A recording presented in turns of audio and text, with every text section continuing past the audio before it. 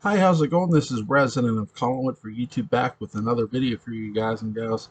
I'm not just doing a Dark Shadows video tonight, I'm doing a video about Dark Shadows and Halloween a bit. Uh, Discussing the Cult of Judah Zachary and the Cult of Thorn a bit here in this fun little crossover Dark Shadows video with Halloween.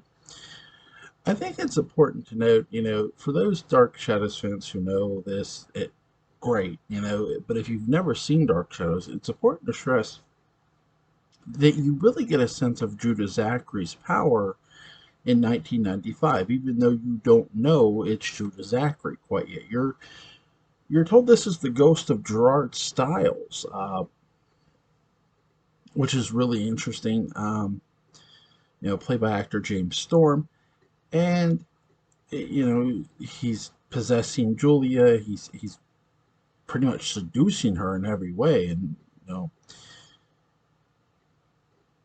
it's really interesting because he he has such a way with getting inside people's heads that he convinces Julia to betray Barnabas and ends up Barnabas gets saved. So, but I want to say the ghost of Josette, I believe. So here you literally have a really, again, just an interesting situation, and Barnabas is like, I don't, how do you find out my secret? And Julia's upfront with him about it. Um, Again, being seduced by a ghost, really interesting. So when they go back to 1970, they're warning everybody of the signs of what Carolyn wrote down for them, and they're saying, hey, a lot of this has already happened, and obviously history repeats itself in 1970, despite Julian Barnabas's warnings. Quentin lies to them, and Daphne Heritage seduces him. Also, the ghost of Judah Zachary has appeared, or sorry, not Judah Zachary, the ghost of Gerard Stiles has appeared. We don't know it's Judah Zachary until, again, inside the dollhouse, right? One of the amazing concepts. So,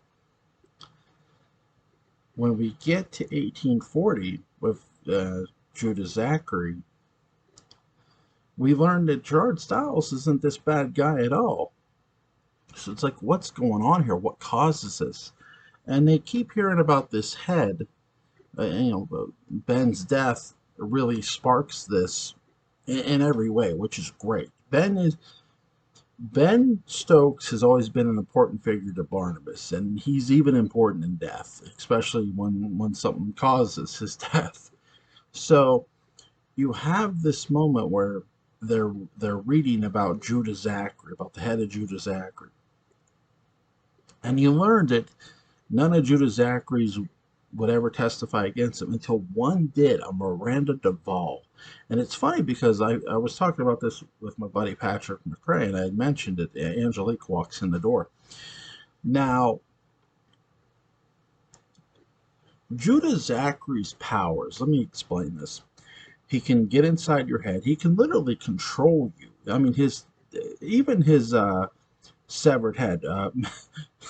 Desmond Desmond Collins, who's played by John Carlin in 1840, shows up with this box. It's got the severed head of Judah Zachary in it. He's so happy he has it. He's still giddy to show Quentin his new gift he got. But I like a lot of this here because what really happens here is the head starts possessing Desmond.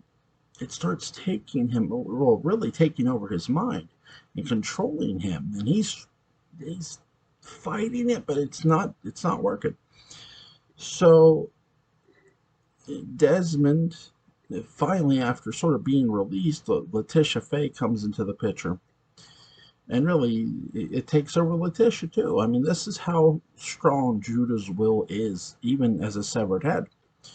And originally, Desmond had told Quentin, "Oh, I got these occult books for you."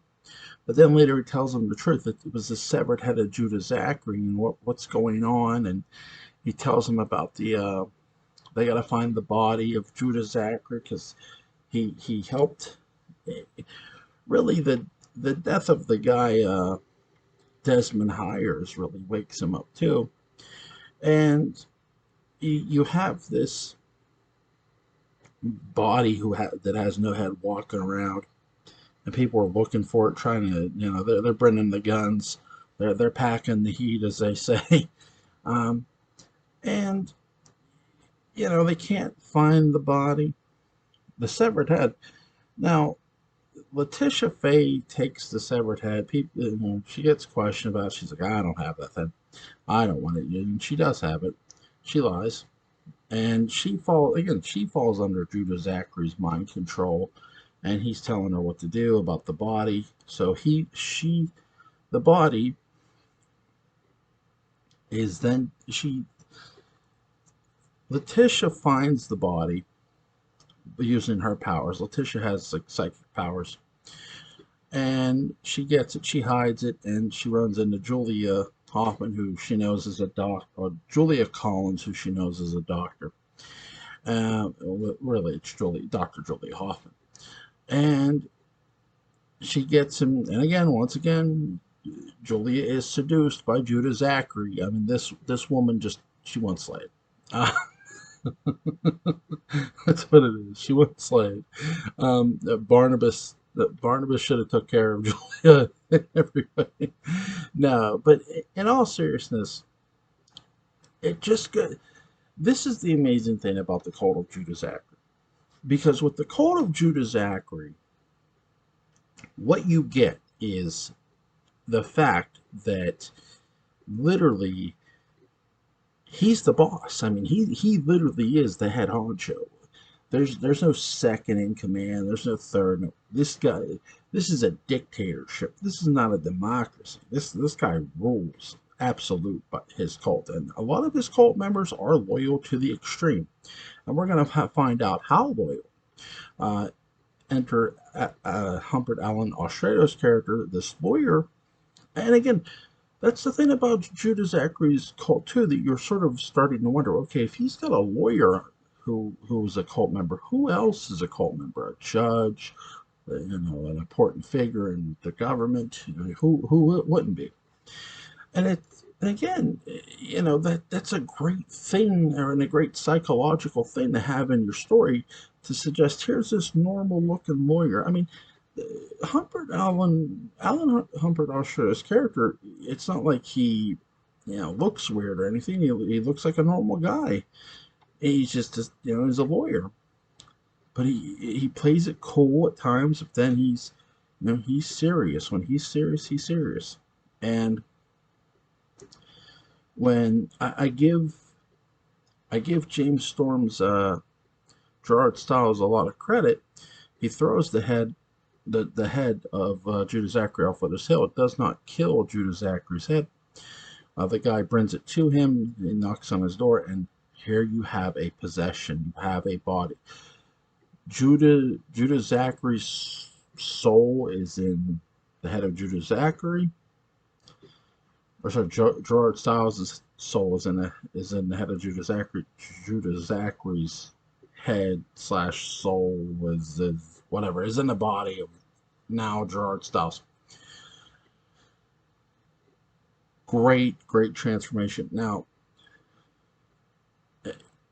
and you find out just how, again, the loyalty of Humpert's character is amazing, and really they make a great one to punch. So you're getting the fact that the cult of Judah Zachary had other members around, or at least had a lot of members. Now, for the cult of Thorn a bit. When I watch Halloween 6, I always go back to the first Halloween and ask a lot of questions, because it's worth asking. Keep in mind what we know about Halloween 6, and there are questions you need to ask when you concern Dr. Loomis, when you concern Sheriff Brackett, when you concern Smiths Grove Warren County Sanitarium, all these things. Now keep in mind, Dr. Loomis, after Michael's escape, Dr. Loomis is cutting a promo on Dr. Wynn. Wynn's saying, "Oh, if precautions weren't strong enough, you should have told somebody." And Loomis is like, "I told everybody, no one listened," and you believe that. Well, here's the thing: when Loomis gets to town, and he does actually phone ahead. He meets Sheriff Lee Brackett, and he says, "I'd like to have a word with you. It's important." And they're taught, they then later on in the Myers house, he tells him he has spent 15 years with him. We know the line. But he says something really interesting too. He says, Lee Brackett offers pretty much the world to Donald Pleasance's character, really, when you think about it. And for years, I've always sided with Dr. Sam Loomis, and I don't so much anymore, simply because I've become more neutral to the subject with this because of the Cult of Thorn. Lee Brackett offers the world to Loomis. He says, I think I ought to call the radio station. Yes, yes, you should. You should tell the public that a killer may be roaming the streets, and at least alert the public to that. And at least alert them to the fact that a mental patient has escaped, and he was an escaped killer. Now, Lee doesn't do this because Loomis says no, like, no, just tell your men to keep their mouths shut and their eyes open. And when you hear that, you're sort of eyebrow raising. Now, I, I had asked myself a lot of questions. Okay, here's a guy who I do believe told everybody, but at the same time, no, sorry, at the same time, he's telling Sheriff Brackett, don't alert the public, don't alert the media, don't alert your citizens, don't get them off the streets. Instead, let them out there. Not that he says that, but pretty much when you're not alerting the public, and you can say, well, he just didn't want a public panic, maybe, but again, this is a guy who's dangerous, and later on, Brackett says, you're telling me that they're lined up for a slaughterhouse. Again, they are, because they're on the streets. Now, in fairness, Annie was killed in her car that was in a garage. Linda was killed in the house. Bob was killed in the house. So, was being in the house any safer? You could say no, which is true. It wasn't.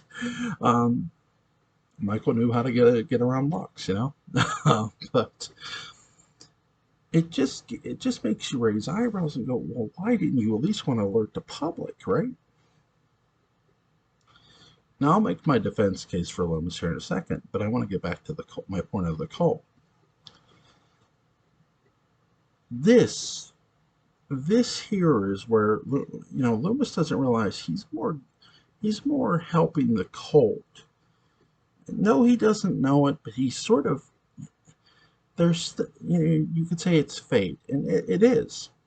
It's fate that's sort of allowing the cult to go unnoticed, and fate that's allowing the cult to get this assistance, because really, let me tell you a couple reasons why I think Loomis did what he did. And he only told the cops. So we told Sheriff Brackett, and Sheriff Brackett told his men. Loomis comes from the same era the Shadow does. And, cops back then, they didn't mind plugging a criminal, shooting them. Now, here's Dr. Loomis. He may be under the impression that the cops will just shoot Michael on sight, or they'll let him shoot him, which in any case is a win-win for him. And this is sort of revelated in 2018 and in Halloween Kills. It's something I think 2018 Kills does really well. That Loomis wanted to kill him, and he sort of thought the cops would help him. I think that's something 2018 and Kills makes very clear. And with this, he really did think the cops would just say, they'll let me shoot him. He does shoot Michael in the movie, but not in front of the police. Again, now, with that being said, Are there? Did Loomis? Did Loomis know about the occult, the cult of Thorn? No. Did Loomis? Did Loomis not want a public alert simply because he wanted to kill Michael? I do think that that is a reason. He doesn't want the media attention, and it really when you kill a killer, you could just say, "Oh, it was in self-defense." Oh, I saved the life, and really, I mean, he does save Lori's life. But this man, he makes sure to unload that gun in Myers, and I mean, he unloads it. Doesn't shoot him in the head, but he shoots him in the body.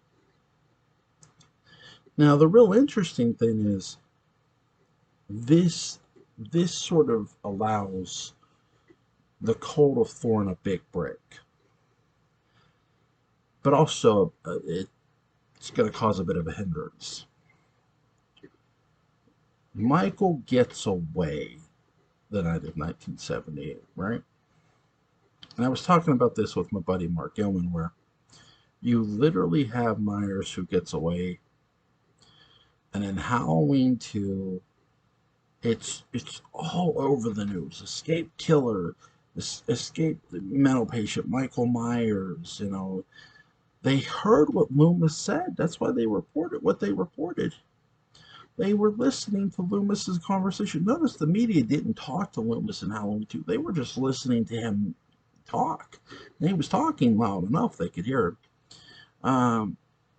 So his doctor said he claimed he shot him 6 times. Again, the occult of Thorn is hearing this news, and they're like, "Oh God, this is not what we needed." Because really, what the gunshots in Halloween 1978 represent for the cult of Thorn is bad news, because with those gunshots and the public being alerted, and keep in mind, he didn't alert them earlier or want a public panic. And here's a man who brings a gun, right? And he brings a gun because he wants to kill Michael Myers, which makes sense. When the cult of Thorn hear this, they now have to, make a decision of what to do. So what do? Really, they do nothing. And it's beautiful because Dr. Rogers, who I do think is an occult member, just says, "No, we don't need to do anything until the one person who they didn't get in office, the mayor, or sorry, the governor of the state, said, 'I heard there's these files on Michael. They're sealed. I want them unsealed. I'm ordering them unsealed, and there's nothing the doctor could do about it.'" So he unseals them, but Dr. Rogers is like, fuck. Not that he says that in the movie, but he probably is. If he's an occult member, he realizes what these files are going to mean. The people are going to know. Number one, they hid something from the public. And that their excuse is going to be, "Oh, we did it to protect the family who adopted Lori, yada, yada, yada." Yeah, they're full of shit. That's not why they did it.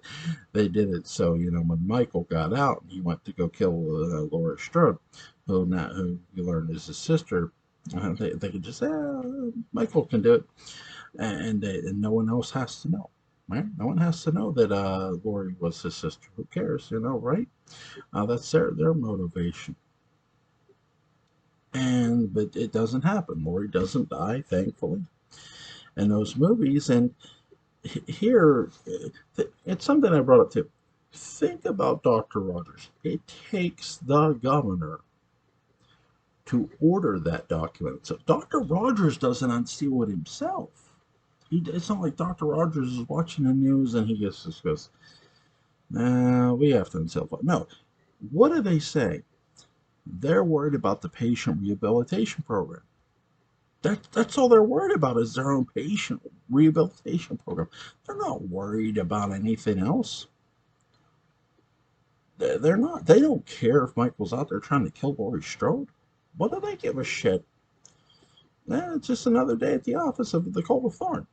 But the one thing I always feel the cult should get credit for is how psychological they were against the people they took, like Jamie Lloyd, obviously, Kara Stroke. They put them through, especially Jamie Lloyd, they put her through a lot. They put Kara in a room. They were going to torture her probably, try to break her will. And again, it's a great set of characters that you have. And I love the fact again, you have Mitchell Ryan playing the Man in Black. I love that. Dark Shadows alone. And what's really interesting is, just like the Cult of Judas Zachary had a lawyer, and you kind of figure, they probably had more people in different positions. Well, here you have these doctors that are running this cult. So if there's these doctors, there's probably other people's jobs who are involved in this cult that we just haven't seen. There's the secretary who's probably a member of the cult. There's, Mrs. Blankenship is a member of the cult. She was the neighbor. Really, really interesting. And one of my favorite things about the Cult of Thorn is the fact that they don't. It's not like they're out there, with cults. They're very secretive. So it's not like they're out there advertising, "Oh, we're the Cult of Thorn here." No, they're stealthing, walking through the streets of Haddonfield like normal people, and they're probably your neighbor, like Mrs. Blankenship. Again, they're normal people too. It's not like they have this, It's not like they look like a witch or anything. No.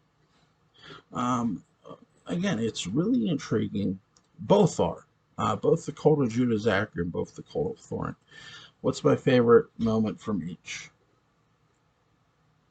My favorite moment from each is obviously, my favorite moment is when Desmond brings the head of Judah Zachary to Collinsburg. That's one of my favorite moments ever. It'll hold up till the end of time. My favorite moment in the Cult of Thorn, favorite moment from them, just how far they would go. Really, the slow turn, them trying to slowly turn Danny, really is really dark and really amazing. I hope you guys enjoyed this video. Sorry if it was too long or if this is too late for you guys. You guys have a great night and have a happy Michael Myers Monday. What's left of it, that is. Bye-bye.